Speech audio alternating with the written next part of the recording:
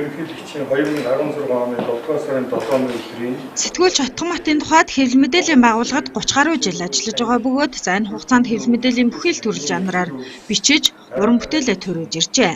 За ажлын гараагаа анх Монголын үндэсний олон нийтийн телевизээс эхэлж байсан төвхтэй харин одоо Монголком мэдээллийн сайтад улс төрийн томчоор ажиллаж байгаамаа.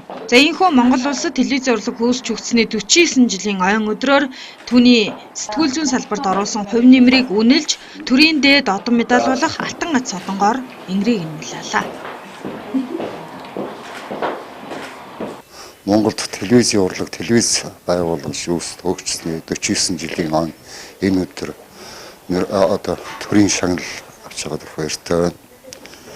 Тэгээд бол бид энэ бол хэвлэл мэдээллийн нэгж бүрэлдэхүүнийг үнэлж өгч байгаа шагнал гэж ойлгож байна.